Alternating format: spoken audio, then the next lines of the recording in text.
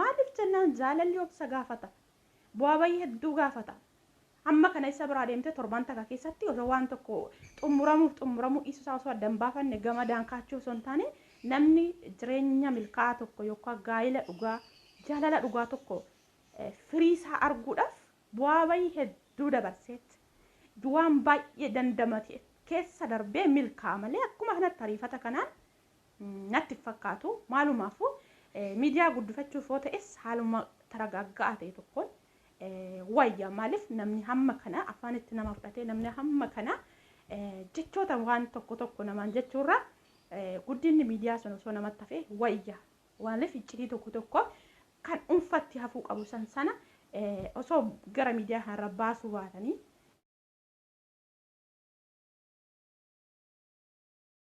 shama harka fudhee akkam jirtan hordoftoota chaanala kootii kan taatan marti keessanuu nagaa rabbii lafaaf iddoo jirtanitti isin ifaa baay'atu akkam turtan akkam saa kana keessan ana obboleettiin keessan nagaa guuturraa faa qaba nageenya ana bukkee ture isin birallee ajiraatu isiniin jecha deebi'ee dhufee jira namoonni chaanala kanaaf haaraa taatan subscribe gochuudhaan like gochuudhaan maatii keenyatti dabalama kan maatii kootuun ta'an immoo hanga yoonaa yaadawwan garaagaraa na deeggaraa turtan galatoomaa galata guddaa na biraa qabdu isiniin jechuu jaaladha egaa tibba kana akkuma argaa jirrutti miidiyaan walumaa galatti kallattii kamiiniyyuu jechuudha waa'ee Abriishii fi waa'ee Ruutaa wal qabatee jechuudha tibba darbillee torbeen darbe akkasuma ture ammallee akkasumatti kan san caalu ammoo haala rifaasisaadha waan ta'eef namni kamiyyuu jechuudha karaa kallattii kamiinuu waa'ee isaaniitirraa kan dubbataa jiran jechuudha tibba darbe baay'ee tokkoon calliseetuma laalaa ture nan laala garuu viidiyoo isaanii nan hordofaa baay'ee hin dubbanne irraa jechuudha waa tokko miilana garuu akka dubbadhu kan na taasise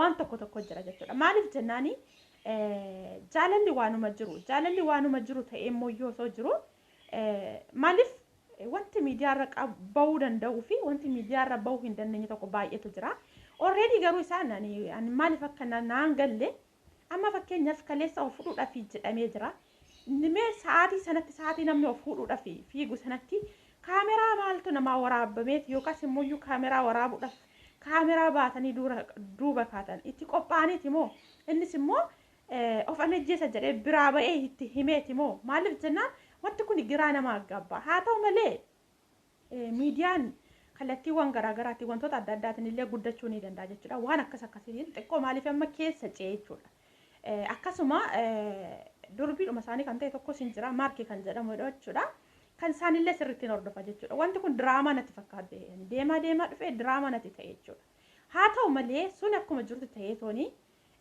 kaameraa akkamitti waraabuudhaaf duuba fiigan sa'aatii sanatti maaliif hin dhofajjeessuuf jira kaameraa waraabuu yookaan viidiyoo waraabuun akkamitti itti dhagaameet yaadatanii tooni nama ofajjeessuuf kaatu tokko kaameraadhaan duuba kaatu kuni tokko akkuma ta'ee jirutti immoo obboleettiinoo amshee micayyittiin Ruutaan ol deebiteetinii waan ta'e hunda laalanis jiru dubbatanii jiru wanti isaan viidiyoo irratti ba'anii yookaan viidiyoo obboleettii isaati irratti yuutuuba ishee irratti gadhiise sun amma jechuudha already wanta akka mistiraatitti keessatti haasa'amuu qabu malee wanta miidiyaa irra bahuu qabu hin miti jechuudha maaliif gizee tokko jechuudha kallattiidhuma waanuma hunduma akkuma arganii miidiyaa irra baasuun akkuma dubbataniin wanta keessa namaati madde hunduma miidiyaa irra baasuun maaliif mistira tokko ni jira hiccitiin maatii fi hiccitiin dhuunfaallee ni jira kanaaf sun amma hiccitii maatii haa jennu kan isaan lama mari'atan sun Ruutanii fi obboleettii isaa kan mari'atan sun amma hiccitiidha maaliif jennaan isa biraa already nan dhufa jetteeni akkasitti gammachiistee biraa deemtee jirti kanaaf silaa mari'achuu kan qabdu viidiyoo kaanii viidiyoo waraabatii kan miidiyaa irra ba'u osoo hin taane dhuunfaa isaaniitti waan gochuu qaban tokko xumuranii erga milkaa'ellee tibba kana akkasillee ture wanta akkanaallee nu mudatee ture eeyyee wanta akkanaa kan jedhaniiti akka namaaf ifa ta'utti akka nama barumsa ta'utti wanta sana erga milkeessanii boodatti osoo as baasanii dubbatanii dasna jedhaan already jechuudha maaliif jennaan viidiyoo kana gadhiisan arguun isaan olle kunoo argee jira maaliif jennaan isheen ganama duraa silkii bilbilee fitanan itti dubbachuuf ka'ee viidiyoo inni kaleessumtii gadhiise immoo sababan argeefuyyuu haasa'an biraatti jijjiire sanatti nimne jetteeni jirti silaa suni hiccitiidha sini galee hiccitii waan ta'eef wanti ishee wajjinaa softe obboleettii isaa wajjinaa softe sun silaa wanta dhuunfatti koo miidiyaarra hin ba'in waan sana xumuranii kaanii erga wanti sun qabatamaadhaan isaanii milkaa'uusaa argetti asbaasanillee osoo himanii rakkoo tokko hin qabu waan akkasiin nu mudate kana jennee hamma garuu haala kanaan sirreessinee jirra jedhanii tooni akka namaafillee barumsa ta'utti ifa gochuun sun rakkoo hin qabu garuu jarjaranii iccitii keessatti haasa'amuudhaaf malees iccitii wannuma hunduma isaa fidanii miidiyaa irratti gaarummaan qabu wanta akkanaa kun jechuudha. Kallattii tokkoon isaan miidiyaan isaanii akka guddatu qofa ilaalan malee miidhaan illee keessa jiraachuu danda'a. Amma ani kan namni kamiyyuu jaalatee gamada baatee toon hin kaatu yeroo inni gamada baatee kaatu sanatti tooyyuu maaliif viidiyoo waraaban bakka maaliif wanti kun already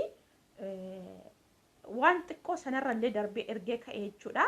Tasgabbaanii yeroo jiranitti osoo waraabanii waan tokko ani hin beeku dhugaa kun akka ilaalcha keessa kootii maddeetti akka ilaalcha kootiitti jechuudha.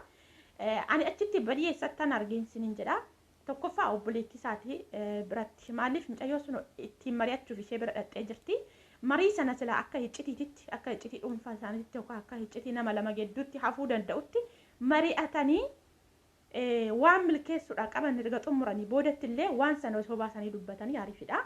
Amma waan tokkoyyuu murtii tokko osoo hin xumurin fuuldura ba'anii kana dubbatanii jiru inni immoo kan san caalu ajandaa sana caalu dhaqee fidee dhufee jechuudha. Kana jechuun yeroo inni gamada baatee kaatuttis kaameraa waraabuudhaaf duukaa kaata waan ta'eef jechuudha. Giraan aggaabbaye maaliif jennaan gizee tokko wanti hundumtuu ko ariifataadhaan hin ta'u. Taragaagga'aniitiin iyyuu obsa baay'ee nama gaafata. Namni ko jaalala kan jedhamu jaalala dhugaa yookaan bultii dhugaa dhaabuun ikkoo jechuudha bu'aa bayii hedduu nama gaafata. Bu'aa bayii hedduu keessa darbanii rakkina hedduu keessa darbaniiti malee haaluma ariifataa akka kanatti ani hin beeku maaliif tapha ijoollee tokko beektu tapha ijoollee guyyaa ijoolleen walitti yaatee taphattee galgala gaafa achi deemtu immoo waan dhakaa hunda walitti guuraniitiin taphataa walitti bittinneessanii galan kala achitti adda bittinneessanii gara manaa kan galanii jechuudha. Kuni tapha ijoollee ta'e isin galee maaliif jarjara miti wanti hundumti isaayyuu obsaanii namni obseet waan tokkos waanuma hunda miidiyaa irra baasu osoo hin taane wanti keessaa iddoo tokkotti kan miidiyaa irra bahuu hin qabne jiraan jedhanii akka ilaalcha kootiitti jechuudha. Maaliif iccitii dhuunfaa ta'ee hafuu qaba. Kanaaf maal jechuu barbaade kana asirratti walumaa galatti jechuudha wanti hundumtuu miidiyaa kanarra osoo bahuu baate waan tokko akka iccitii dhuunfatittis osoo keessa isaaniitti qabatanii erga milkeessanii wanti sun xumurarra ga'ellee waan keessaa darba sana akka namaaf barumsa ta'utti osoo qoodanii gaarummaa qaba jechuun barbaadeetananii maaliif jennaan haa ta'u malee wanti hundumtuu immoo akkuma ta'utti jiree osoo jiru jechuudha. Inni illee haala kanaan jarjaraan haala ariifataa kanaan dhaqee waan akkasii gochuu maaliif torbee tokko keessatti namni obsa yookaan fakkeenyaan isin fudhadha akkuma jaalallee obsa barbaada isiniin jedhee suura isaaniillee mana isiniifan kaa'achuudha. Jara kana lamaan immoo jechuudha waa'ee barumsa guddaan irraa argadhan jechuudha. Waggaa 10 gargar baanii tarii viidiyoo isaanii ta'u nam tokko argitanii jirtu ta'a maaliif viidiyoo kanarra gadhiifameera waan ta'eef jechuudha. Waggaa 10 biyya Saawudii turte waggaa 10 addaan ba'anii irraa fagaattee hamma kana teessee namoonni jechoota baay'ee isheedhaan jechaa turanii inni fuudheeraa inni ijoollee godhateera jechaanii gaafa turan ani ijoollee iyyuu godhachuu dhisi waa barbaaddechuu ta'e niitii afraffaa yookaan shanaffaa ta'aaf maleanii baay'ee waan ani isa jaaladhuuf oolmaa baay'ee waan naa ooleef isarraa gargar bahuu hin barbaadu waan jettuun haala inni hin beekne dhuftee sarpiraayisii isa goote yookaan siin dhufti jedhee waan inni hin eegnetti jechuudha.